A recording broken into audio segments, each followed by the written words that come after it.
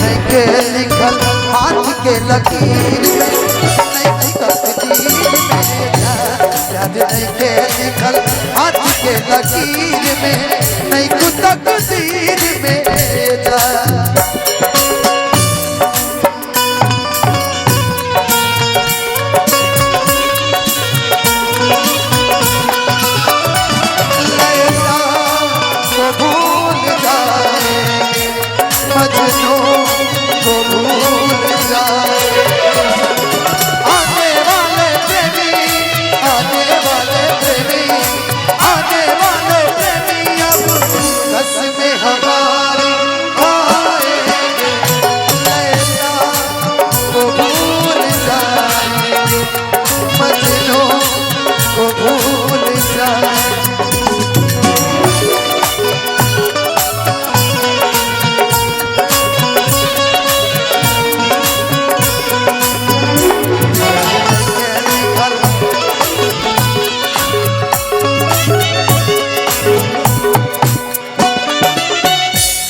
लड़का कहता रे पागल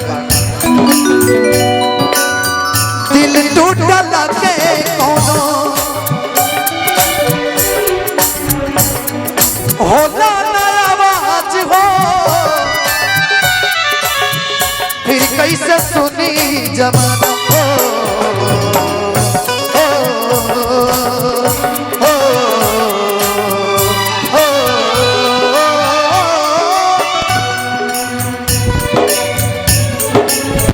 हो जाइबू दोसर के तू कुछ दिन के बात बा, दिल पगला रोई बन दीवाना।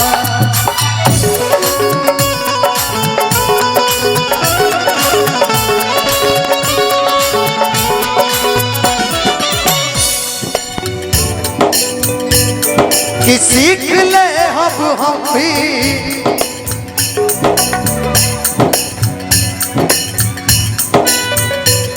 कि सीख ले हम भी गम में हंसे के अदा, अब जिए के पड़ी अब जिए के पड़ी पीरतिया के पीर में,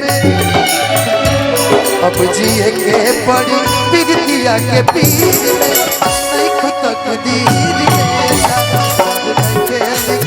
हाथ के लकीर में, नहीं तकदीर में जा।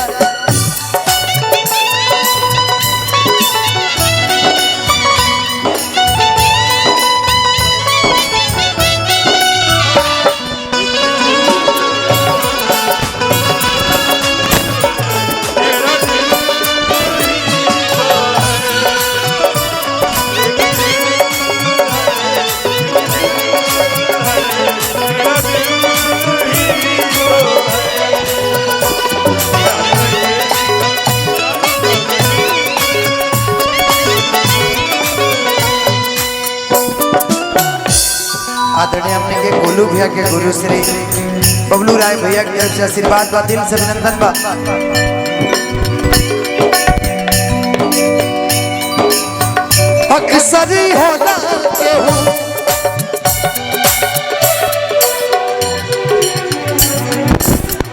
हंसे केहू रोवेला,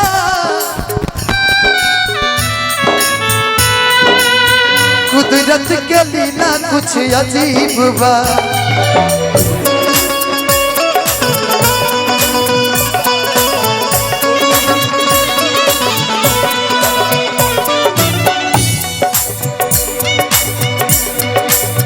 कि अक्सर होला केहू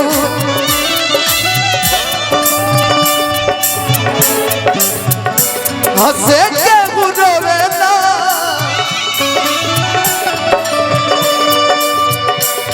अरे कुदरत के लीला कुछ अजीब बा।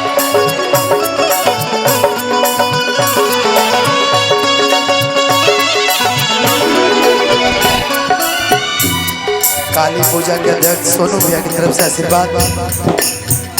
सजमान धनंजय कहे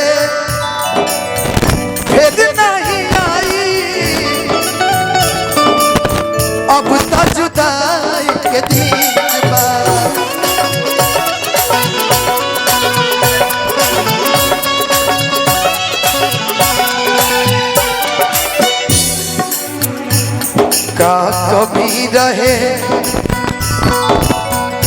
हे धन जब फकीर में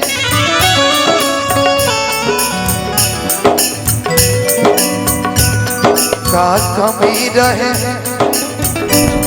हे धन जब फकीर में कि नहीं खुद तकदीर मेरा हाथ के लकीर में नहीं खुद तकदीर मेरा प्यार के लिखल हाथ के लकीर